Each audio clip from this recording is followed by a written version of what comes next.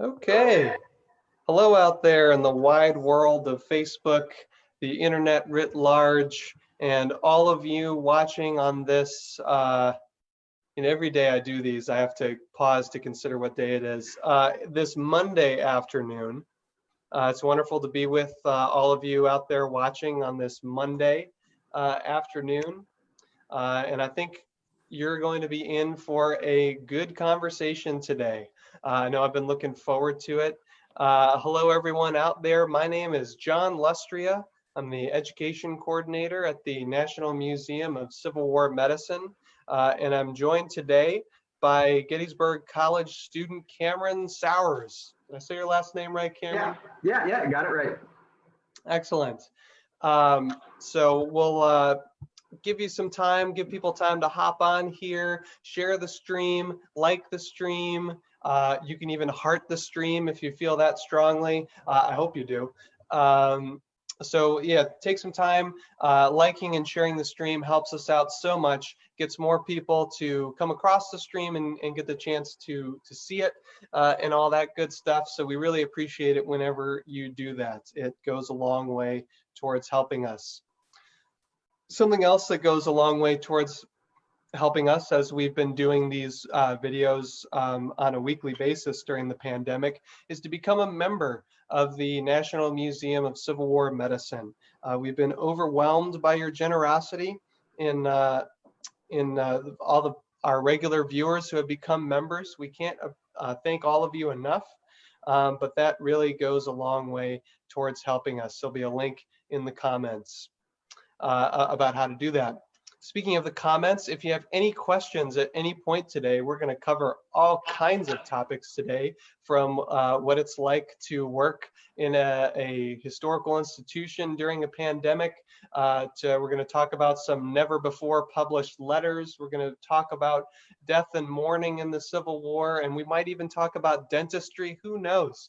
Cameron is a man of varied research interests, so it should be an excellent conversation today. So if at any point during our conversation you have questions, please go ahead and drop those in the comments below. I see we got June tuning in from New Hampshire, John McFarland from Lakeland, Florida, Kat Edwards from Beaver Dam, Virginia. So we're already getting a good group of people tuning in so far. I'm just gonna post the link for how to become a member of the museum in the comments. Again, that goes a long way towards helping us, as does liking and sharing this video. That helps us out immensely, and we appreciate all of you who do that for us. Splendid. So we're going to be talking with Cameron today. Again, Cameron is a senior at Gettysburg College.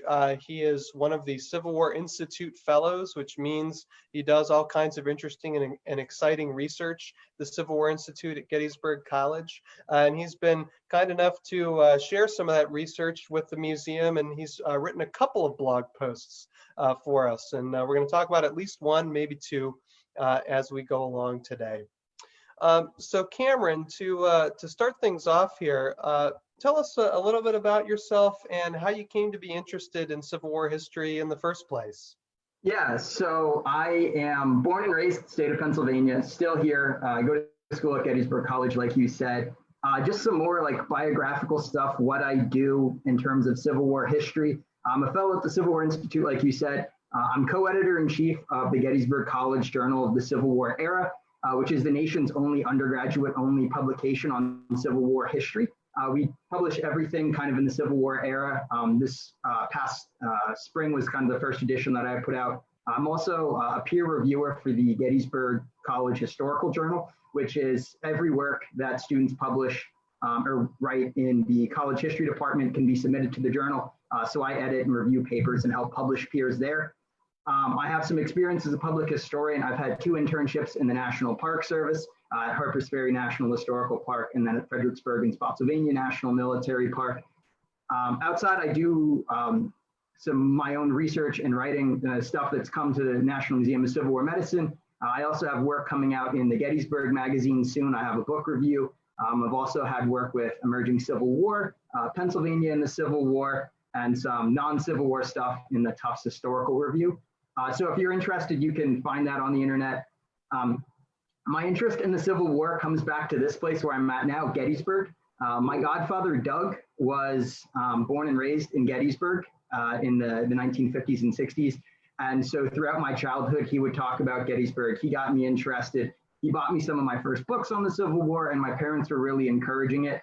When I was in the 4th grade, we did a 3-day family vacation to Gettysburg, which is rare for us. We were a beach vacation family. We still are. So to get like an extra vacation to come to Gettysburg was a really awesome thing for me. 4th grade me loved it. And when it came time for me to look at college, the fact that there was a college next to the Gettysburg battlefield was kind of a perfect storm. And then I came here, and we have so many academic and extracurricular opportunities to work with the Civil War. On a daily basis right now, I'm working with Dr. Peter Carmichael, Dr. Jim Downs, who are both on the faculty here at Gettysburg.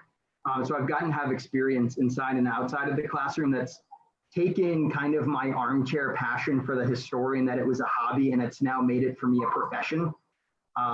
So that's been really exciting. And now I'm working on my graduate school applications now to pursue a PhD. So that's kind of my Civil War background. So if you didn't pick up from any of that, Cameron is widely traveled and has a number of irons in the fire. Yeah, yeah. Mark Henderson commenting from Mississippi. He says he's a dentist. Hopefully, Mark will get the chance to get to some of Cameron's dental research today. If not, maybe we'll have to have him back on. And then, of course, we got Robert Smith commenting, hello from Indian Rocks Beach, Florida. Sounds like a lovely place to be.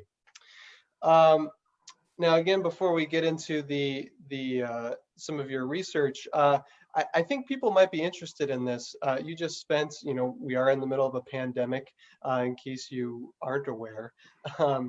But Cameron did an internship in public history, which public history internships with the Park Service anyway are often working in a frontline face-to-face interaction with the public sort of situation, which not so much the case this summer. So I know I'm a little curious, and I think our viewers might be curious. What did that look like for you this summer, Cameron?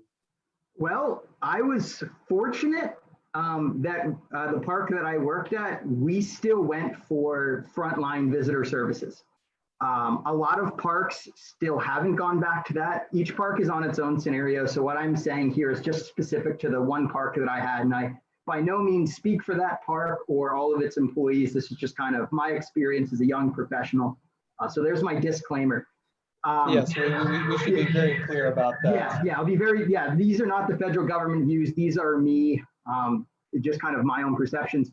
One of the things that was decided very early on is that this wasn't going to be a normal return to work. It wasn't going to be, all right, the doors are open and we're back in. What we called our plan was adaptive recovery. That after not having staff out on the landscape for so long, the park really did, in a sense, need to recover. We didn't have access to all of our facilities, and I'm sure you could all imagine the horrors of going on a road trip, pulling up to a national park. You're in the visitor center parking lot, and the nice little intern outside says, sorry, we don't have any bathrooms here. And so that was one of the major challenges. As being taught as a public historian, we talk about this hierarchy of visitor needs. At the very baseline is visitors' physical needs. They need to use the bathroom, they want a snack, they want to fill up their water bottles. I could offer them none of that this summer. So we already had to meet those challenges that people are then stressed out. We got to go find a bathroom, they've got to do that.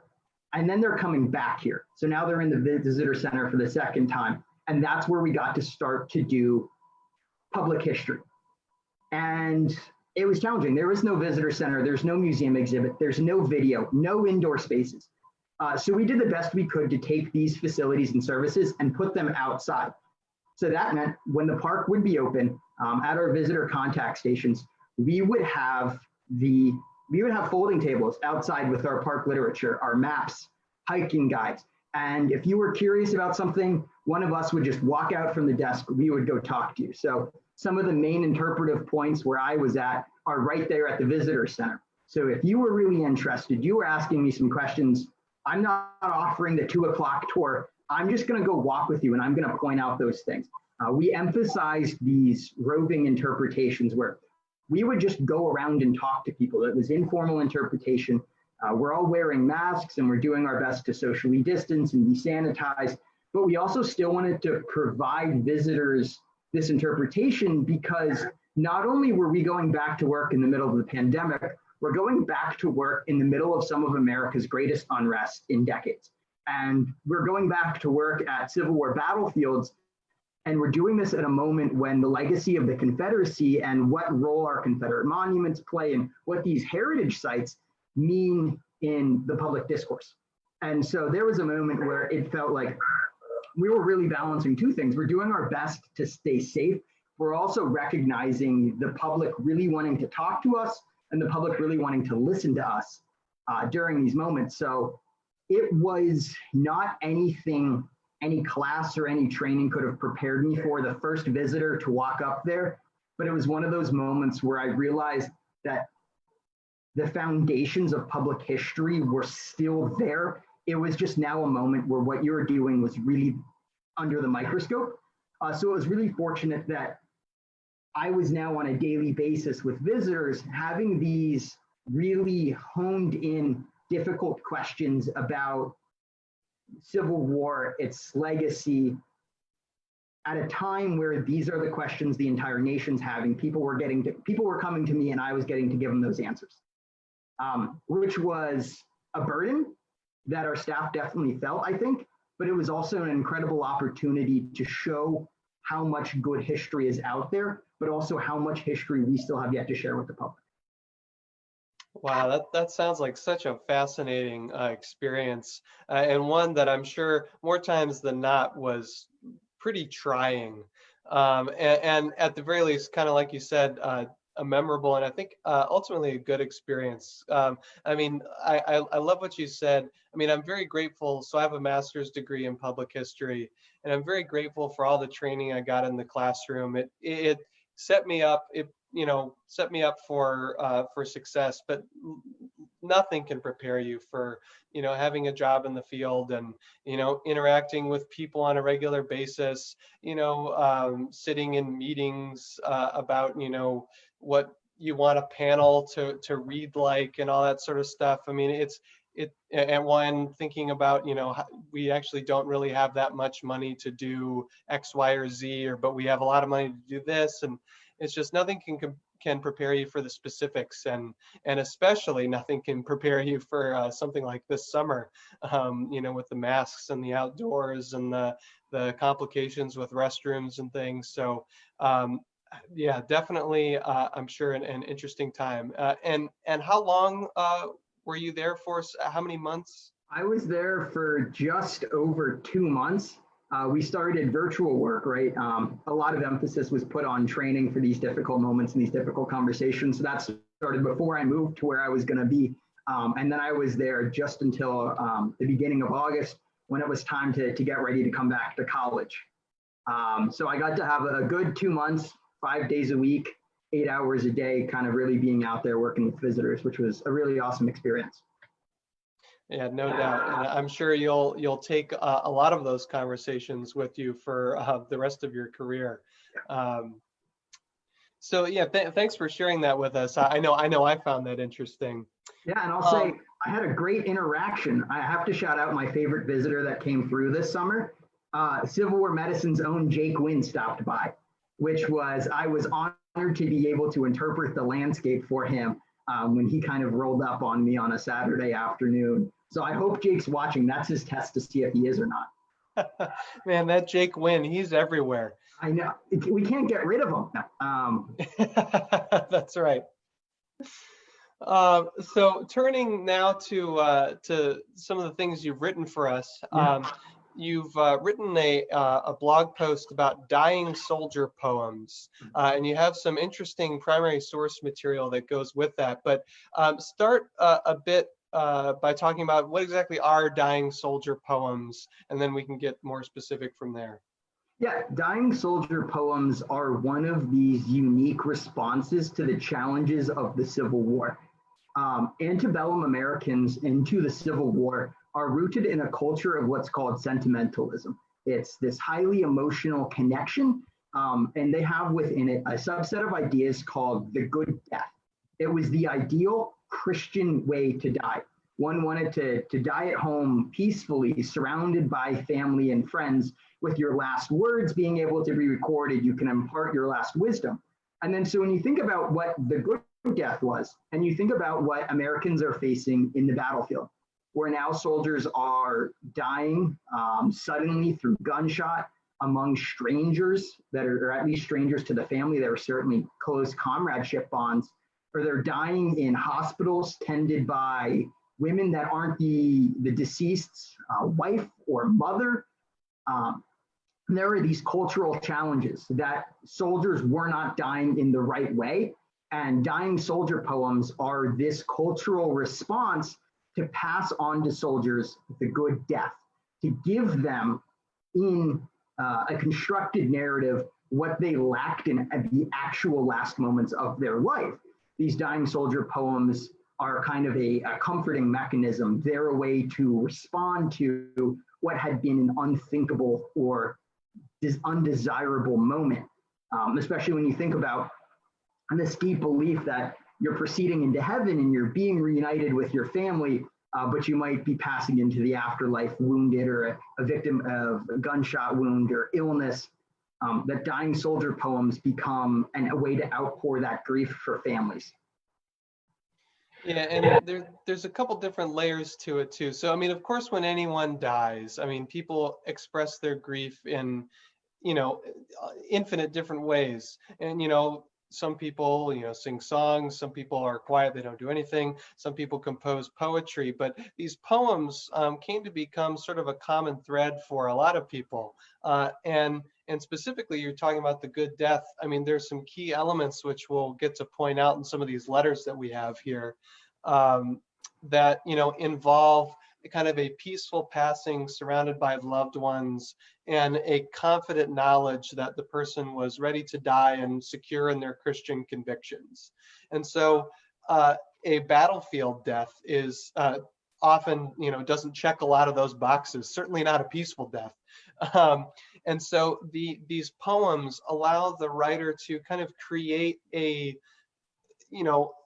probably, obviously they weren't there at the exact moment when it happened, but basically a fictionalized account that kind of does check those boxes. And again, it's all part of the grieving process. And when I say fictionalized, I'm not trying to take away from the impactfulness of it or whatever, but it's how they're kind of constructing this. You want to add on to that at all, Cameron? No, I think you're exactly right. And I'll say, we see this a lot of times. One of the big ones, I think, something I forgot to mention, is the importance of the deceased remains. No one wants their body to be unidentified, especially in 19th century America. The corporeality of the body is tied to this identity. And so Americans, you want to have your grave marked. And so comrades then are now writing these, they're writing it on a cracker box in a pencil that this is so-and-so person. But you take a walk through any of the Civil War cemeteries that are around, and I'm sure our viewers on Facebook have, there's unknown graves. Here at Gettysburg, just a few blocks down the street from where I'm at, is where Amos Humiston is killed.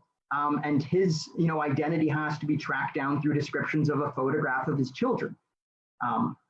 And so one of the things that historians have looked at is how these dying soldier poems are a way to restore that identity. So the poem that I published in my blog post is about a soldier named Philip Hamlin, who's in the 1st Minnesota. He's killed here on July 3rd, 1863. And the poem that is written about his death is written by a member of his home congregation in Minnesota, the church he went to. And it's a way for the family to imagine those moments. It's passed on by the wife of the family's pastor to the family. And it's part of it is, here's the small but sacred token. You did not have the physical remains of Philip Hamlin going home. They are in the Gettysburg National Cemetery about a mile away from me now. They never make it back to Minnesota. To my knowledge, the Hamlin family never comes to Gettysburg to see his grave. So instead, this poem takes on a symbolic form of the deceased's body. It becomes kind of that link. With the letter that I'm going to show here in a little bit is also a lock of hair and a part of the flag. And it's emphasizing Hamlin's mother in them, that she had reared her son for the country, and that this is what she's getting back. So now we think about traditional military funerals. Now the folding of the flag is this highly symbolic, important process in burying the deceased. And Civil War soldiers are understanding the importance of the flags to the families of the deceased. And the Hamlin family still has this hair and portion of the flag from Gettysburg here, which to me is a kind of the incredible link between the present and the past. Absolutely. Those links are more apparent than I think many realize. And people are definitely kind of holding on to those. I'm keeping an eye on the comments here. And June writes that my second great grandfather was the first of his town and company to die at Fredericksburg. So these kind of familial connections definitely still felt. To the point about Fredericksburg, for our commenter, there is a prime example of a difficult kind of cultural moment that the Fredericksburg National Cemetery, it's something like less than 20% of the graves there are identified. It's mostly Civil War dead, and they're mostly unknown, because even if the body is initially buried with some sense of identity, like let's keep the cracker box scrawled on a pencil, that's placed there by a comrade, but is that still there in 6 months? Is that still there in a year? We know bodies are being buried and reburied, moved to central locations. That it's really a challenging moment because those who leave the identity with the body are probably more attached to it than the company of grave diggers that are left behind after the war to come and create these national cemeteries.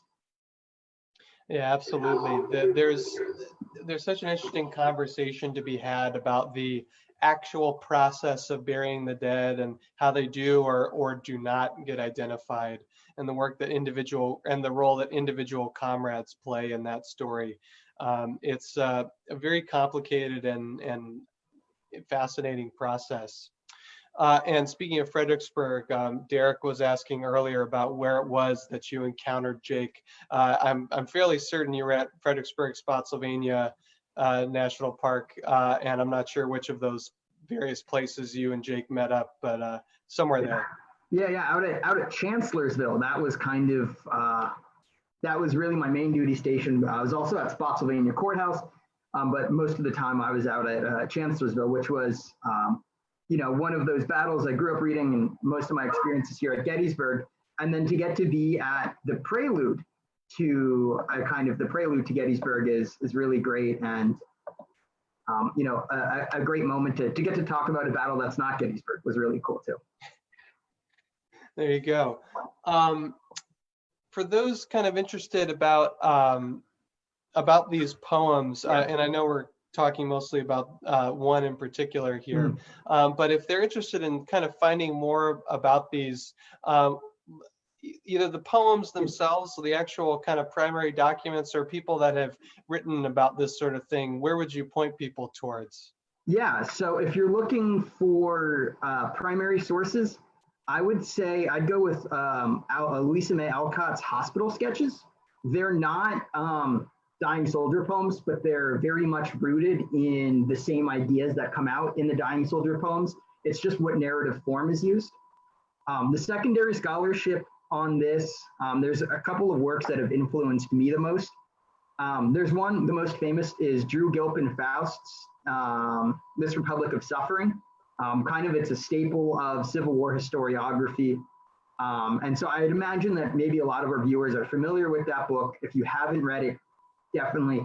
But below, digging deeper, there's two that really influenced the post that I did for the museum, which I will shamelessly plug in the hope that people will read it here. One is, it's called Awaiting the Heavenly Country. It's by a historian named Mark Shantz. It's all about the culture of death. It focuses on what just death in kind of mid-19th century America.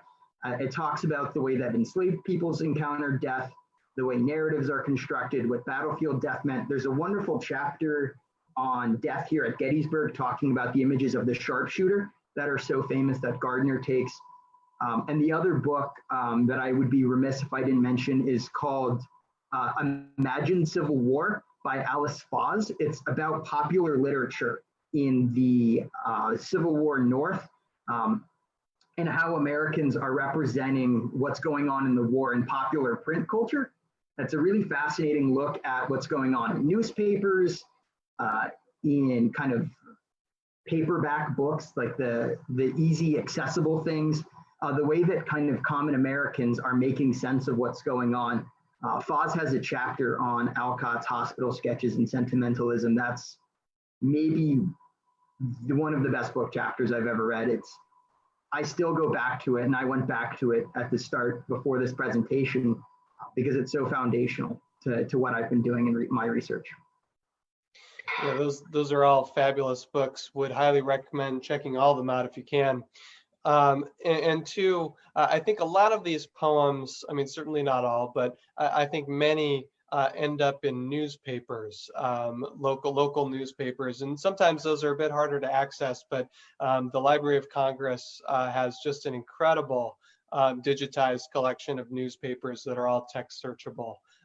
So if you want to go poking around and try and find, some of your own that, haven't been talked about much, that I think would be probably an interesting exercise. Yeah, this is like a great avenue if you're interested, and I think a lot of people are following a unit or doing local history, looking at stuff for an ancestor that they might have known or experienced, that your local libraries will probably have access to these old digitized newspapers on microfilm or on the internet. That this is a really great way to understand. I'm a big believer in the idea of microhistory. Let's zoom in, let's find a pinhole of one example that can open us up to a broader kind of cultural exploration. And these Dying Soldier poems are a great one to go find newspapers in the weeks after a big battle. So rest of July and August 1863. You're gonna find a lot of Dying Soldier poems in newspapers across the North. And I'd imagine in the South, if you can find kind of a complete run of newspapers, because the grieving process is happening. People are trying to make sense of what's going on. And we know that regiments are raised by locality for the most part. So a hard hit, company or a regiment that takes a lot of casualties here, their communities are going through a mourning and grieving process. And I don't know that's something really the historiography has yet fully captured, is the way that communities as a whole, towns, cities, villages, experience the suffering and loss of the Civil War. We understand how the household does, but I think the next step for us to get through, maybe there's my dissertation right there, is how a community experiences loss during the Civil War. Well, especially in terms of like real time. So your point about, right after Gettysburg, the kind of, so talking about units that are hard hit, bringing it back to Mr. Hamlin and the 1st Minnesota. The 1st Minnesota is one of the hardest hit units in the entire Civil War, suffering upwards of 80% casualties at the Battle of Gettysburg. A number of people in the town of Minnesota. I'm not sure if they're all from one specific town or a few, but certainly a number of people are going through this, in time, like over the course of July and August of 1863. They're all kind of collectively feeling it, I would imagine. I mean, that kind of temporal, time thing, the time dimension is interesting to me. I mean, even the grieving process starts, so the 1st Minnesota makes this celebrated charge on the night of July 2nd. They suffer an incredible amount of casualties, and they have to still pick up the pieces, and they fight on July 3rd. Philip Hamlin, who this is focusing on, he's a soldier whose correspondence has kind of given me my start as a Civil War historian. He is actually not with the rest of the regiment. There's a company that's detached. And so from where he is on the battlefield, they basically watch the rest of the regiment disappear. And he goes back and he tries and finds the survivors under the cover of darkness and works to reunite the regiment. And there's a story that's recounted in Richard Moe's Regimental History of the 1st Minnesota, the name of which escapes me. where he talks about there is two brothers who serve in the 1st Minnesota, as one is killed on the charge of July 2nd, and his brother is left with his effects. He now has to take his diary, send it home, but he decides to leave the diary on the soldier's, on his brother's body, writes the name on it and says, "This is who this is." And that grave is now, I'll say, identified in Soldiers National Cemetery here in Gettysburg, I believe. I believe it's Oscar is one of the names of the brothers. Their story is on their pictures on the front cover of Moe's book. But yeah, there's a deep sense here at Gettysburg of grieving and mourning that has to happen within regiments, has to happen within families, and it has to happen as a community. And as I think we get to eventually the nation, that there is a sense of national grieving after these battles. Yeah, so let's take a look at the letter written in the, and somehow I missed that he was actually killed on July 3rd. Yeah, it's in repulsing Pickett's charge. The 1st Minnesota has a monument about 40 yards south of the copse of trees. So next time I'd encourage, I know our viewers are going to be out at Gettysburg sooner or later, there's a little obelisk that's there, that's for the 1st Minnesota on July 3rd, which is, I mean, to think about going into battle after what they did on the 2nd is in and of itself a challenge. Absolutely. So this letter written by James A. Wright to Rice Hamlin, which is after the death of Philip. This letter dated July 6, 1863. He writes, "Dear sir, it becomes my melancholy duty to write to you concerning your brave boy who has fallen. Sergeant Hamlin of Company F was killed in the fighting near Gettysburg, Pennsylvania on the 3rd, about 5 o'clock in the afternoon. He was hit in 4 places in the same instant almost. One shattered his left leg, another passed through his thigh, a third through his neck and on the right side, and a fourth almost directly through his heart. Sergeant Hamlin was beloved by us all, and with you we mourn his early death. Long association has made me love him as a brother, and I miss him sadly. We buried him by moonlight near where he fell under a walnut tree. I marked his grave, sodded it over, and enclosed it with rails. Philip was an earnest and consistent Christian, and I doubt not he is in the better land. We often talked on the subject of death, and I know he was prepared. I took a lock of his hair, which Cameron mentioned earlier, thinking you would like it. I know his mother will. Also a bit of our tattered flag, which Cameron also mentioned earlier, which he loved so well. I know of how little consequence words are to the bereaved, but tender you the condolence and sympathy of his comrades in arms. Feeling for you in this severe affliction and praying God to comfort you, I am sincerely yours, James A. Wright, Sergeant Company F, 1st Minnesota. So obviously very, very poignant. We'll start with you, Cameron. What about there jumps out to you? Yeah, so for me, one of the big ones is where Wright says here, Philip was an earnest and consistent Christian, and I doubt not he is in the better land, and the better land is in quotation marks there. One of the things that the common soldier, there's the wonderful books that have all been written about that, is the struggle for men to preserve their religious beliefs in the face of what they're experiencing. There's the sin and temptations of camp life. There's the horrors of the battlefield. I have had the privilege, I've read multiple times through Philip Hamlin's entire wartime correspondence. It's about 80 letters that start in the middle of April 1861 and end in late June 1863. Hamlin is struggling with the challenges of being a devout Christian on the battlefield. He's writing to his family very openly and honestly about his struggles to maintain his faith. He's writing about how he doesn't connect with his comrades who are playing cards or swearing or drinking or reading books that aren't the Bible. Hamlin's not really connecting with them. He almost at moments feels like an outcast among the men. And he's writing to his family consistently saying, I am staying with my faith. He's having a new renewed religious exuberance in 1863 that I think coincides with kind of the boost in morale in the Army of the Potomac when Joseph Hooker takes command. And so for Wright, who is a close comrade of Hamlin, they write about each other throughout the war to say that when he died, he was still convinced of his faith. He's in the better land. This is a guarantee that Hamlin is going to be in heaven.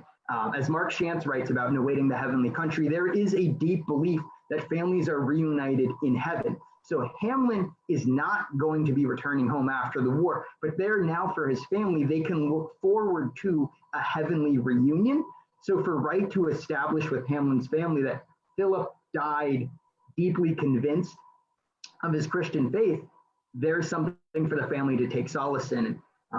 I write about Hamlin in the Civil War Institute's Killed at Gettysburg project, where you can read his whole life story for Hamlin. But that I argue that really Hamlin's death is a sacrifice for the nation, but through how Hamlin saw his service, he saw this as very much a war of capital G good and capital B bad. This is a religious struggle ordained by God. He's a part of this struggle. And so he's making a sacrifice for the United States, but he's also making a sacrifice as a Christian, which I think is an interesting level of depth to how the common soldier understood that what they're doing. I know my mentor here, Dr. Peter Carmichael, has written a lot about the common Civil War soldier. And we talk about how they're doing it, political ideologies, or Gerald Linderman says it's kind of the bonds of comradeship that I don't think we fully appreciated the deep religious convictions of men like Hamlin in animating how they fight the war. So Wright's validating that motivating principle for the family. I don't think many soldiers in 1863 maybe still agreed with their 1861 enlistment for motivation, but Philip Hamlin is still deeply convinced that he did the right Christian thing to do by enlisting. So that's a big one for me, and one I try and get at in my post that I've written for the museum. Absolutely, that line, that part jumped out to me about how he was an earnest, consistent Christian. Doubt not, he's in a better land. I mean, and certainly that's borne out, like you said, over the course of the letters he wrote during the war. But it's also important to note in a letter like this, where not only you're trying to offer comfort for the the family. I mean, a letter like this is not easy to write. Any time, in any war, in any circumstance. And so that's an important bit of comfort that you want to offer the family. And like we were talking about earlier about the good death, all these kind of boxes that need to be checked, as it were. And they're not necessarily thinking about it in that crass of a way. We got to check these boxes, but it's kind of a bit of normalcy, this whole idea that they were and there's another line in there too. Where'd it go? We talked often of death or something, and I know he was prepared. The one big thing the other one I want to emphasize, it's here we have to consider kind of the levels of documents. Is Wright writes that quote, "We buried him by moonlit near where he fell under a walnut tree." It's a walnut tree on the property of Philip Frey, who lives in Gettysburg. The property's still there. Wright doesn't give an extended account of it in this letter, but in his memoirs, No More Gallant a Deed, which is published in the decades after the war, gives a full account of Hamlin's the men have a memorial service for Hamlin. Most Civil War soldiers who die on the battlefield, I would venture almost all, aren't getting a sort of funeral. But Wright writes about how after Hamlin's death on the 3rd, and there's not a lot of casualties in Company F, there's one other killed, I believe, that the men go search for a spade, they dig a grave for Hamlin, they wrap him in his blanket, they place him there, and they all stand about his grave silently with bowed and bared heads. And I think part of this is that they understood to Hamlin the importance of a Christian funeral, and that the Hamlin family, Hamlin's brother, Jacob, is also deeply religious, writes a lot about religion to their parents. So I'd assume this is a shared family value. And if Wright has talked with Philip about the afterlife and what death would be like, that it's probably not crazy speculation to think that Philip expressed his earnest desire to have a Christian funeral if he's killed on battle or dies of illness. And Wright has an obligation culturally to provide this. That Wright, through the bonds of comradeship, but also a Christian sentimental framework, to provide a battlefield funeral for a comrade who needed that to be able to proceed into battle, that Hamlin can maybe take the sigh of relief that, and he writes, the last paragraph of his last letter at the start of the Gettysburg campaign is, "I know that whatever befalls me, all is well, for I am in safe hands. Oh, it is sweet to trust in the all-seeing one." And so he's now also having a level of trust in James Wright to see to it that he has a proper burial, that his body gets identified, that his good death is fulfilled. And it is. Right now, Getty's in Soldiers National Cemetery in the Minnesota plot, near the urn, is the grave of Philip Hamlin, Company F. It's the validation of this cultural value. That's such a moving scene that you just described, getting the whole regiment together and having this ceremony. And it's worth noting too that, this was not a guarantee to happen.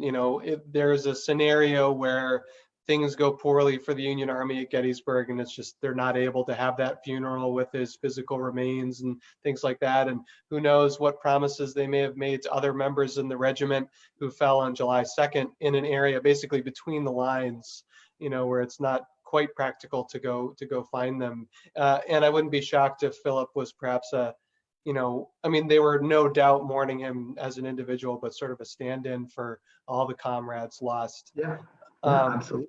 But yeah, what a moving scene. And I think you're absolutely correct. I think a intense minority of soldiers got kind of a full funeral service like that. That's incredible. And to emphasize the way Gerald Linderman's book, Embattled Courage, talks about the bonds of comradeship that sustained men during the war, James Wright gives us an interesting example. After the war, in 1873, I believe, he writes a letter to Hamlin's mother, and he says, "You have no idea who I am. I have never met you, but I served with your son. I feel a sense of loyalty to his memory. And I hear your family is going through the pension paperwork. If there is something I can do to provide a statement that's saying, I served with Philip, let me know, and I'll do that." So that to me is a really fascinating thing, that there is still this sense of comradeship and a bond in the years after the war, that the men don't just go home, that Matthew Bryan Jordan writes about this in his book, Marching Home, that soldiers are very much going home still with their wartime experiences. There is there's no easy return, which seems like an obvious statement, but the historiography is now beginning to really capture the complicated nature of the experience. And James Wright shows it there, that men have obligations to deceased comrades. Absolutely. The death is the end for, the soldier that dies, but it's in many ways just the beginning for how a number of other soldiers continue to interact with, the memory of the soldier who died. And talking about carrying on that memory, I think it actually might be interesting to maybe look at one or two stanzas of the actual dying soldier poem itself. Are there? There's a number of them. It's not a short poem. Yeah. But I wonder if there's one or two stanzas that maybe jump out to you that you want to highlight. Yeah, that's let's see. Not to put you on the spot too much. No. This is what I want to do. So I'll read the stanza here. It says, "Far away from home and kindred, loving mother, father dear, gentle sister, youthful brothers, never again his voice shall hear." And so someone who didn't have and by the way, just to interrupt you, if people are interested in reading this, I posted the link in the comments to Cameron's blog post. The entire poem is there in its entirety. I'll pick this stanza, and I'm going to task someone in the comments with, if there's a stanza you'd like me to talk about, I will let you throw me on the spot here, and we'll see what we can do with one. But this one here, talking about his mother, his father, his sister, and his siblings is an interesting one. Someone who didn't know the full body of Hamlin's correspondence could look at it and go, great, he's got siblings. But there is a deep level here, because there is a obligation as the oldest sibling that Hamlin has to look out for his younger siblings. In his book, A Vision of God, Sean Scott, I believe is the author's name, writes about the letters between father and son and brothers during the Civil War. And throughout the war, Hamlin, who is 21, 23 years old by Gettysburg, is writing to his younger siblings, ranging in ages from 6 to 12, I believe. And he's writing to them, giving them the older brotherly advice that behave yourself at Sunday school, read your verses, be good to mother and father, don't cause them trouble. At the start of the war, he writes to his younger brother, who is about 18, and he says, don't enlist. Mom and dad don't need that. Don't go enlist. His brother goes and enlists eventually. But he's giving all of this advice to his siblings, and he's writing a very filtered experience of the war to them. And it's clear he deeply loves and cares about his siblings. And so to acknowledge them as a part of the mourning process is a recognition that there's reverberations for this death. And I think the point is seen that Philip Hamlin is killed, not to spoil the end of my blog post, but his younger brother, Jacob Leslie Hamlin, is killed in 1864 in the Western Theater. But one of his younger brothers, who does not serve in the war, carries on the name Philip Hamlin, and there's still a descendant of the Hamlin family alive today named Philip Hamlin. So the idea of the siblings and their relationship during the war, Hamlin's writing very specific letters to them, because you're not going to give your 10-year-old brother the full account of Civil War soldiering. You're giving something that's a teaching tool. Yeah, and I think that familial connection is key, for a lot of soldiers, of course, first time away from home, for, any extended length of time. And, it's a very disturbing thought to many then, as I'm sure it would be now, the idea of, dying alone somewhere else, and that these deaths have ramifications, that go kind of like I mentioned earlier, long beyond their actual death. And so that stanza kind of gets to that a little bit. Let's see here. Well, let's talk about the stanza, which is the title of the post. Here's the small but sacred token. Well, I know his mother's heart will be cheered by this memento, though from him she's calling to part. Yeah. Or though from him she's called to part. Yeah, that's, we mentioned like the small but sacred token exists on a couple of levels, but it's not uncommon. The dying soldier poems genre invokes these loved ones, typically female, which says something there about the dying.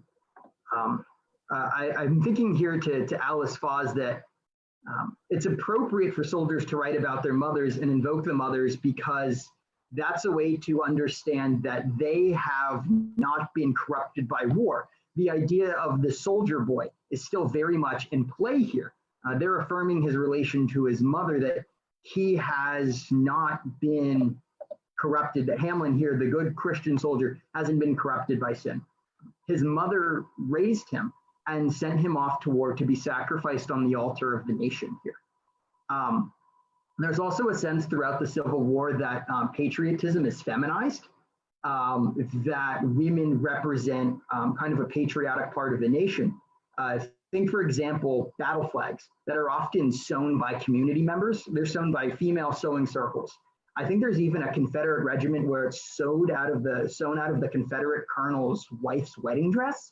Like, these are deeply personal, very valuable in like the battlefield logistical sense, but also on a deep level of symbolism, that these are coming from the women that sent the men off to war. That now Philip Hamlin's mother is not getting her son back, but that little portion of the flag that Hamlin loves so dearly, she's going to get that back. And that's her physical reminder of her son, which is fascinating, that it's a small token. It's not the cutout of the flag. I have seen it is not a very large one, but sacred is truly the word there, and the most, in the truest sense of the word, that I almost feel like you need a word stronger than sacred.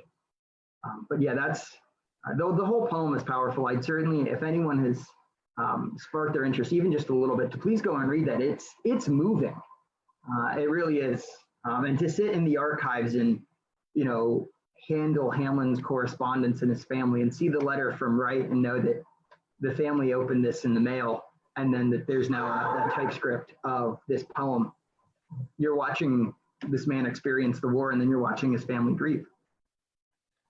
Yeah, and we've been talking for quite a while now about the experience of just one soldier. I mean, Yeah.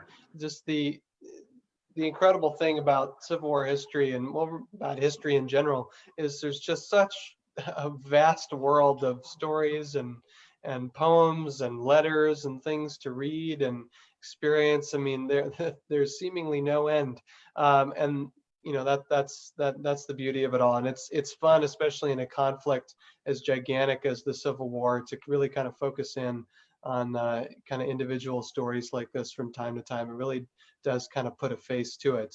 And I know we had June earlier in the comments talking about her great grandfather who was killed at Fredericksburg, and another one who was later killed at Spotsylvania. So I mean, these connections really come home on a personal level, not always felt by us these days, but I mean, the Civil War was of course a devastating and a life-altering way. And so we've talked a bit about what the grieving process looked like, but there's so much more we could get into. But we're coming to the end of our time here. Thank you so much, Cameron, for being with us. We'll have to get to dentistry another time, but we'll definitely get there. Yeah, I mean, if you'll let me talk about Civil War dentistry and American literature, let's go for it. We'll set something up. So that'll be a good time. Thank you to all of you for tuning in. We really appreciate it. We can't do any of this without you. And if you enjoy these programs, the best way you can help us continue to bring them to you is to become a member of the museum. And you'll find a link for that in the comments. I know we were throwing around book titles and things pretty quickly here. This video will continue to exist on Facebook, and eventually it'll appear on YouTube. So you can go back and find that spot and write down that book title if maybe you missed it when we were giving them out. We'll see you next time. Jake, I'll be with Jake on Friday. We're actually going to be on a battlefield. We're going to be talking about medical care at the Battle of Second Bull Run, and we'll be actually on the battlefield 9 a.m. on Friday. We're going to be doing live streams from Manassas National Battlefield, bringing the battlefield to you. So that should be fun. It'll be the first time we've done that. So tune in to see it go incredibly well, or fail spectacularly, or more likely fall somewhere in the middle. So until then, this is John and Cameron signing off.